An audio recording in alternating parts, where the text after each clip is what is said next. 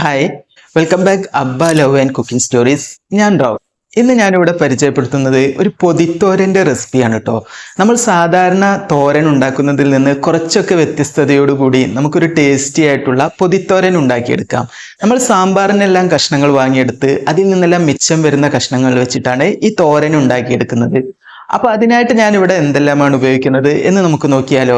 എൻ്റെ ചാനൽ ആദ്യമായിട്ട് കാണുന്നവരാണെങ്കിൽ സബ്സ്ക്രൈബ് ചെയ്യാനും തൊട്ടടുത്ത് കാണുന്ന ബെല്ലൈക്കൺ എനേബിൾ ചെയ്ത് എൻ്റെ വീഡിയോസ് മുഴുവനായിട്ട് വാച്ച് ചെയ്ത് ഇഷ്ടപ്പെട്ടാൽ ലൈക്ക് ചെയ്യാനും ഷെയർ ചെയ്യാനും കമൻറ്റ് ചെയ്യാനും മറക്കരുത്.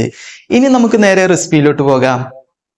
ആദ്യം നമുക്ക് ഇതിലോട്ടായിട്ട് ഒരു അരപ്പുണ്ടാക്കിയെടുക്കണം കേട്ടോ. അപ്പോൾ മിക്സിയുടെ ചെറിയ ജാർ എടുത്ത് വെച്ച് അതിലോട്ട് ഞാനൊരു 6 പച്ചമുളകാണ് ഉപയോഗിക്കുന്നത്.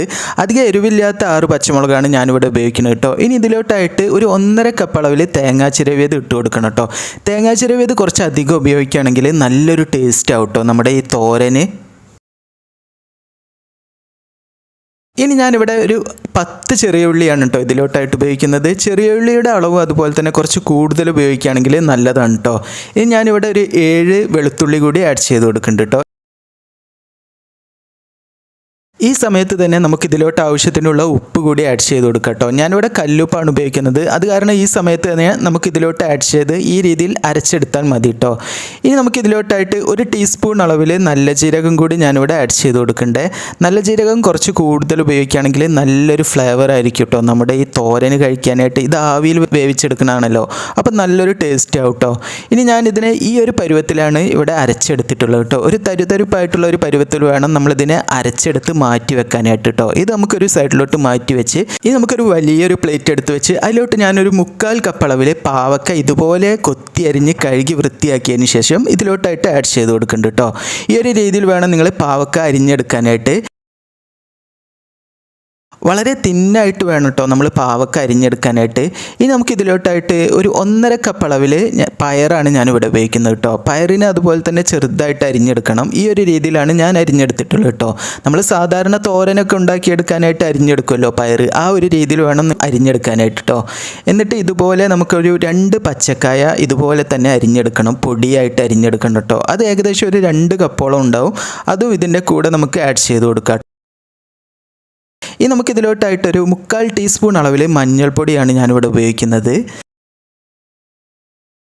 ഇനി ഞാൻ ഇതിലോട്ടായിട്ടൊരു 3 തണ്ട് കറിവേപ്പില കൂടി ആഡ് ചെയ്ത് കൊടുക്കുന്നുണ്ട് കേട്ടോ. കറിവേപ്പില നമുക്ക് ഇതുപോലെ ഊരിയെടുത്തതിന് ശേഷം അതിനെ നന്നായിട്ട് മുറിച്ചെടുത്തിട്ട് വേണം ആഡ് ചെയ്ത് കൊടുക്കാൻ കേട്ടോ. അപ്പോൾ അതിൻ്റെ ഫ്ലേവറൊക്കെ ഉണ്ടല്ലോ നമ്മുടെ ഈ തോരനിലോട്ട് നന്നായിട്ട് എത്തിക്കിട്ടാൻ ഈ ഒരു രീതിയിൽ ചെയ്തെടുക്കുന്നത് വളരെ നല്ലതാണ് കേട്ടോ. അതിനുശേഷം നമ്മൾ നേരത്തെ അരച്ചെടുത്ത് മാറ്റി വെച്ചിട്ടുള്ള അരപ്പുണ്ടല്ലോ അത് ഇതിൻ്റെ മുകളിലോട്ടായിട്ട് ആഡ് ചെയ്ത് കൊടുക്കാം കേട്ടോ. ഇനി ഞാൻ ഇതിലോട്ടായിട്ടൊരു 3 വറ്റൽമുളക് ഇതുപോലെ മുറിച്ചെടുത്തിട്ട് ആഡ് ചെയ്ത് കൊടുക്കുന്നുണ്ട് കേട്ടോ. ഇതുപോലെ മുറിച്ചെടുത്ത് ഇതിൻ്റെ ഈ ഫ്ലേവറൊക്കെ ഉണ്ടല്ലോ അത് ഈ തോരനിലോട്ട് എത്തുമ്പോൾ നല്ലൊരു ടേസ്റ്റ് ആവും കേട്ടോ. ഇനി നമുക്കിതിൻ്റെ മുകളിലോട്ടായിട്ടൊരു 4-5 ടേബിൾ സ്പൂൺ അളവിൽ വെളിച്ചെണ്ണ കൂടി ആഡ് ചെയ്ത് കൊടുക്കാം കേട്ടോ. ഈ സമയത്ത് വേണം നിങ്ങൾ വെളിച്ചെണ്ണ ആഡ് ചെയ്ത് കൊടുക്കാൻ. നമുക്ക് ഈ മിക്സ് എല്ലാം എല്ലാ ഭാഗത്തോട്ടും ഒന്ന് കമ്പൈൻ ചെയ്ത് കിട്ടുന്ന രീതിയിൽ മിക്സ് ആക്കി എടുക്കണം കേട്ടോ. ഇതെല്ലാം ഒന്ന് ഈ കാണുന്ന രീതിയിൽ ആദ്യം ഒന്ന് മിക്സ് ആക്കി എടുക്കുക. എന്നിട്ട് ഇതിനെ നമുക്ക് നന്നായിട്ട് ഞെരടി ഈ കാണുന്ന രീതിയിൽ വേണം ചെയ്തെടുക്കാനായിട്ട് കേട്ടോ. ഇതൊരു 5 മിനിറ്റോളം ഇതേ രീതിയിൽ നിങ്ങൾക്ക് ചെയ്തെടുത്താൽ നല്ലൊരു ടേസ്റ്റ് ആവും കേട്ടോ.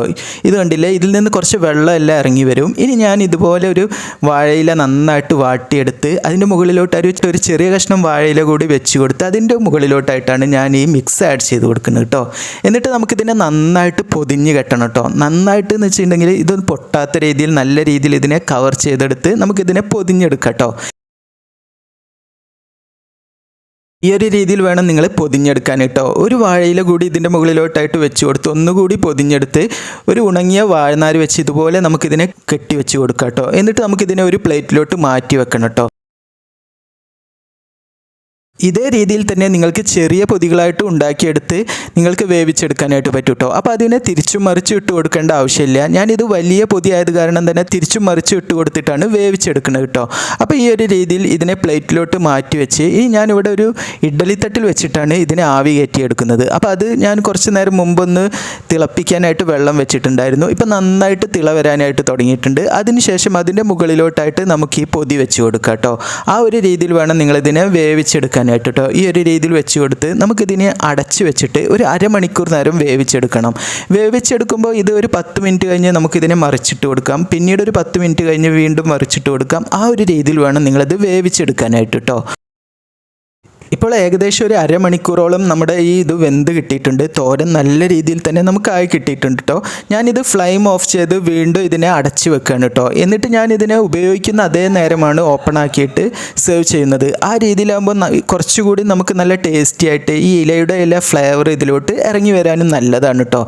ഇനി ഞാൻ ഇതിനെ സെർവ് ചെയ്യുന്നതിന് മുമ്പായിട്ട് തുറന്ന് നോക്കി. നല്ലൊരു സ്മെല്ലാണ് കേട്ടോ. ഇത് തുറക്കുമ്പോൾ അതിൻ്റെ ആ ഒരു സ്മെല്ലുണ്ടല്ലോ, ഈ വാഴയിലെല്ലാം വാടി അതിൽ നിന്ന് നമുക്കിത് വെന്ത് കിട്ടുമ്പോൾ ഉള്ളൊരു സ്മെല്ലുണ്ടല്ലോ, ആ ജീരകത്തിൻ്റെയും ഉള്ളിയുടെയും എല്ലാം ഒരു ടേസ്റ്റി ആയിട്ടുള്ള സ്മെല്ല്, നല്ലൊരു ടേസ്റ്റി ആയിട്ടുള്ള സ്മെല്ലാണ് കേട്ടോ. ഒരു നാടൻ സ്മെല്ല് എന്നൊക്കെ പറയാം.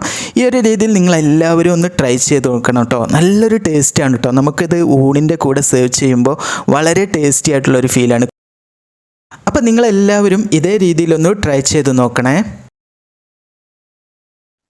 ഈ രീതിയിൽ ഈ ടേസ്റ്റി ആയിട്ടുള്ള പൊതിത്തോരൻ ഉണ്ടാക്കി നോക്കി അതിൻ്റെ ഫീഡ്ബാക്ക് താഴെ കാണുന്ന കമൻറ്റ് ബോക്സിൽ എന്നെ എഴുതി അറിയിക്കാൻ മറക്കരുത്. ഇനി നമുക്ക് പുതിയൊരു വെറൈറ്റി റെസിപ്പിയുമായി പുതിയൊരു വീഡിയോയിൽ കാണാം. താങ്ക്